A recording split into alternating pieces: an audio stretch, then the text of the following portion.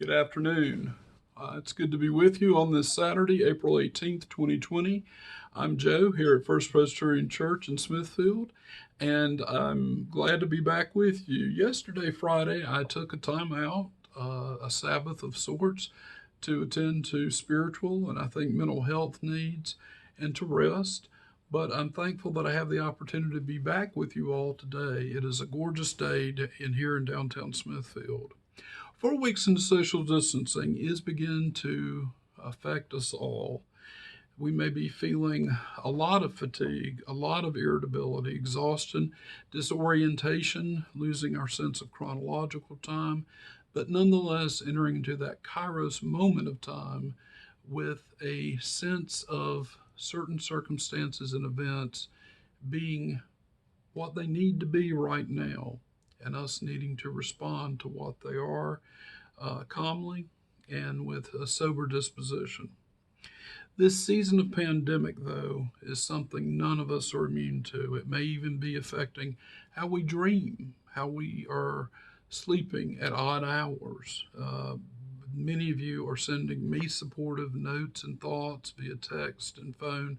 I'm very grateful for those, and I hope in turn with these messages and reaching out, may be doing the same for you, because that's what I'm hoping for every time we sit together in this way. My thanks in particular to Maxine, who sent me a note that I received this morning for especially thoughtful words. Your timing was excellent, Maxine. Thank you. At the beginning of the week, I indicated that we had stories that many of us are not as familiar with, the lesser known. And today I share with you a story from the 22nd chapter of Numbers. Now, Numbers has a reputation for being an incredibly boring book when you're trying to read through. But this story in particular is comical, it's entertaining, it's fascinating in that it introduces a donkey that talks and is one of my favorites. Now, it's the story of God, the story of also of a stubborn, narrow-sighted man and a wise woman, or in this case, I should say a Jenny, a female donkey. And for Camille, I hope you're listening, because I know your gentle donkey is beloved by this congregation, especially its children who have got to meet it. And I'm glad I can share this story today. Now, this story is entertaining and comical to read compared to a lot of biblical stories, but like most, it has a very serious message underlining it. Before I begin, though, let me just tell you a little bit about donkeys in the Bible. We encounter them with Jesus riding into Jerusalem on a donkey. We, in our nativity scenes at Christmas, have a donkey that goes in the stable that is always there. The donkey is a metaphorical symbol of the house of David and plays an important role in that way. And I think it's important here as being a beloved creature of God, no matter how much we stereotype the donkey as stubborn and dumb. God has a special place for the donkey in his kingdom. So the story sets up in this way. The tribes of Israel are entering into the promised land as part of the covenant God made with them. God has given them specific instructions, and they are getting ready to encounter one of the inhabitants of the land and their king, Balak, king of the Moabites. And Balak wants to curse the Israelites as they're coming in. So he summons a foreign prophet with a hefty financial promise attached to it. And so Balaam, out of Mesopotamia, comes. He saddles up his donkey and he rides down from the north and is making his way in preparation for cursing the Israelites. But God has other plans. Now, I'd like to just briefly share this image so you get a vision of what's going on in the story. There's Balaam, his donkey, and the angel of the Lord. Now, the text begins in this way. Balaam got up in the morning and he saddled his donkey and he went with the officials of Moab. And God's anger was kindled because he was going, and the angel of the Lord took his stand in the road as his adversary. Now he was riding on the donkey, and his two servants were with him. And the donkey saw the angel of the Lord standing in the road with a drawn sword in his hand. So the donkey turned off the road and went into the field, and Balaam struck the donkey to turn it back onto the road. And then the angel of the Lord stood in a narrow path between the vineyards, with a wall on either side. And when the donkey saw the angel of the Lord, it scraped the wall, and it scraped Balaam's foot against the wall. So he struck it again. And then the angel of the Lord went ahead and stood in a narrow place where there was no way to turn either to the right or to the left. And when the donkey saw the angel of the Lord, it lay down under Balaam, and Balaam's anger was kindled, and he struck the donkey with his staff. And then the Lord opened the mouth of the donkey, and it said to Balaam, "What have I done to you that you struck me these 3 times?" And Balaam said to the donkey, "Because you made me a fool of me, and I wish I had a sword in my hand, and I would kill you right now." But the donkey said to Balaam, "Am I not your donkey, which you have ridden all your life? To this day, have I been in the habit of treating you in this way?" And Balaam said, "No." And then the Lord opened the eyes of Balaam, and he saw the angel of the Lord standing in the road with his drawn sword in his hand, and he bowed down, falling on his face.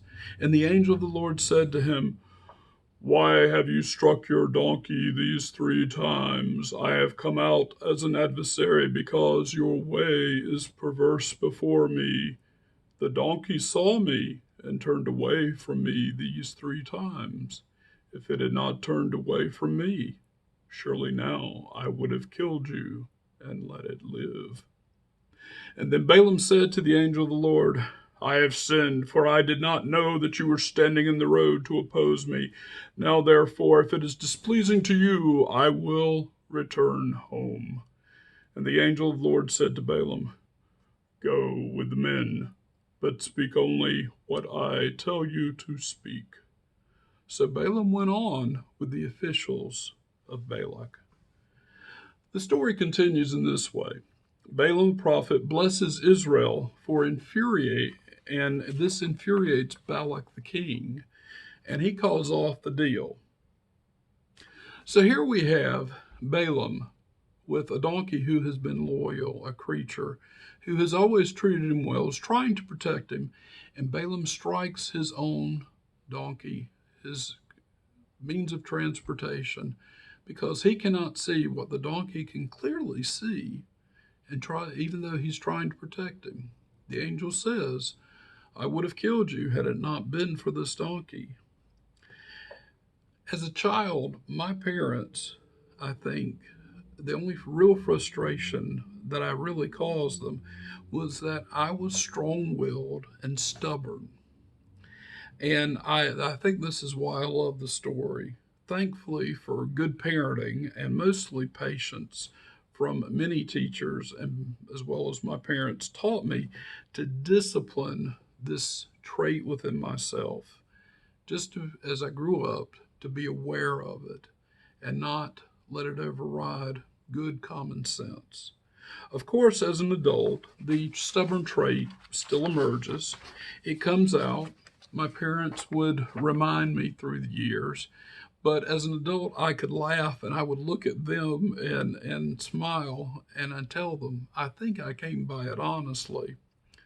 Like Israel, we can all be stubborn, stiff-necked people who want to listen to our own counsel and make our own decisions.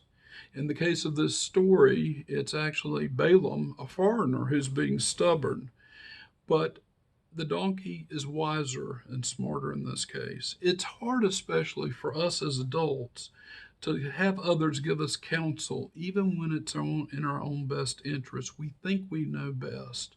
And I'll make a confession to you. When it comes to health and medical advice, I do listen closely to trusted doctors, but I always double check it by listening and asking questions of the nurses that I know in the congregation and other areas, just to double check that everything is what it should be. And right now, during this pandemic, I've tried not to be stubborn and I've tried to listen to them.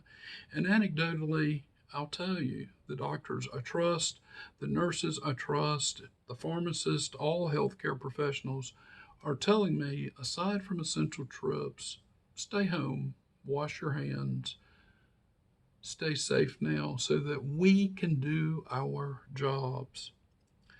Today, a month into this, I want to lift up nurses in particular in many places. Some in our local Presbyterian community that I would remember by name. I pray for Laura and for Nina and for Ruthie and Carrie and Brandy and Aaron and Erica and many I know that I have not named, but God knows the need. You see, there's a dark edge to this story of Balaam and his donkey. Balaam, wanting his money, goes a step further. He encourages Balak to compromise with Israel, and the Israelite tribes, in their stubbornness, take Balak's tempting offer, the compromise, over God's plan for them. It's recorded as a consequence of giving in to the enemy on their terms. 24,000 Israelites died of a plague that beset the region.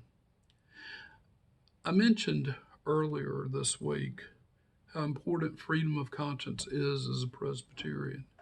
But freedom of conscience must also be framed in accordance with God's wishes for us. When I exercise my choices, it's in the context that I must act with some humility. I must see myself as a servant of others, that I must trust Jesus is Lord and listen sometimes more than I talk. You see, sometimes we intelligent, hardworking, but stubborn, strong-willed people, we can make bad choices when we don't listen to sound advice. I think that's the lesson of the story of Balaam and his donkey. We have to realize that sometimes the stereotype of a donkey as dumb and resisting to do the right thing is actually not as dumb and is really more obedient than we'd like to think if we would just stop, listen, and heed the warning. Be safe. Be well. I invite you to join us for worship tomorrow online, Facebook Live, Sunday, April the 19th. And the recording will be available by YouTube in the afternoon. And with Miss Jennifer at 10 a.m., we have a special program for our children in Pre-Kirk and Wee-Kirk. May the light and love of Christ be with us all now, and peace be with you.